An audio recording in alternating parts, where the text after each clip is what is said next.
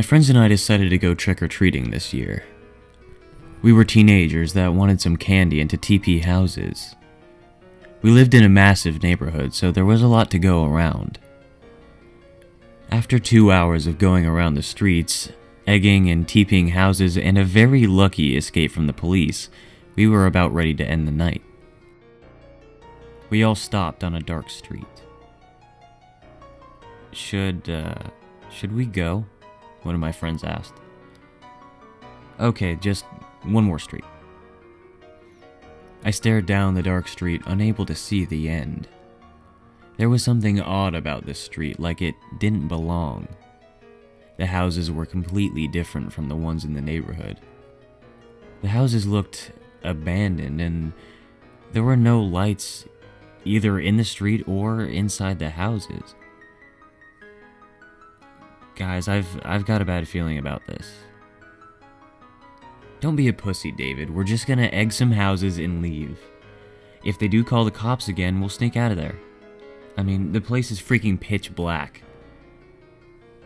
We walked down the coal-black street, joking around and telling ghost stories, as I just couldn't help feeling watched.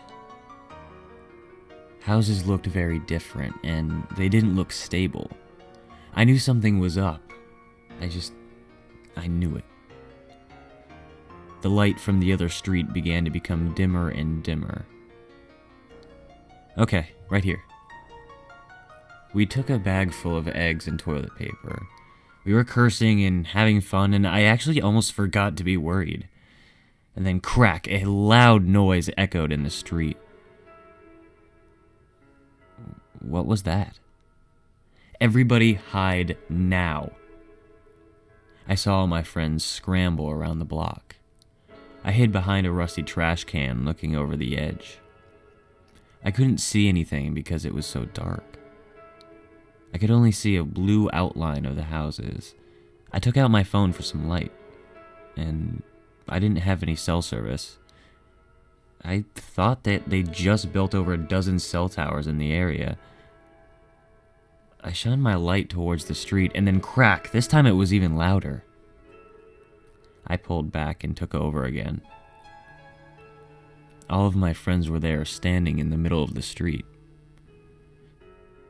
So, what do you think that was? I questioned, walking towards them. They didn't respond. Hello? There's something about your soul I cannot take, but I will find a way. They all said that at the exact same time. What the fuck? They all started charging towards me. I ran, and the darkness seemed to continue on forever. I didn't hear them chasing after me, but it didn't stop. I kept looking for a source of light or just somebody, anybody. I ended up slamming my face into a wall. I got up to see a giant skyscraper outlined in blue. It was a city without light. I stood there in shock. A lot of questions flew into my mind. What the hell just happened? Where am I? How do I get back? These questions flooded my mind. A loud growl roared behind me. I turned around to see I don't know what it was, a wolf-like creature. No, creatures. Blended into the darkness. Shit. I stood there looking straight at the creatures. I regret my decision after that. I ran as fast as I could, hearing the creature's paws hitting the concrete. I stopped in an alley. Okay, I think I'm okay, I said to myself. You're far from okay. I turned around to see an army of people standing. I tried to run, but another group blocked to the other side of the alley. A tall man stood in front. He was dressed in black and was wearing a hoodie that blocked his face. "What do you want from me?" "I want your soul. Like I did with all your little friends here. I use this realm to capture as many souls as I want. You're different. Your soul is special.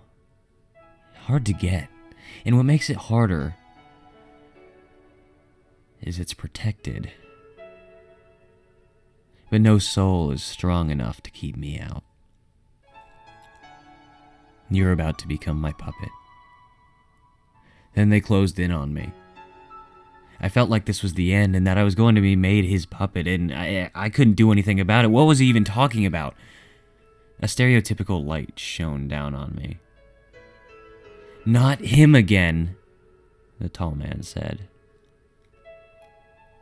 I woke up in my bed with my bag of candy and leftover eggs from last night. I looked at my clock and it said 7 a.m. 11:11. I laid there for a while and wondered if that really all was just a dream. Whatever happened, I guess I'm safe now. I got up to get ready for school and saw a sticky note on my door.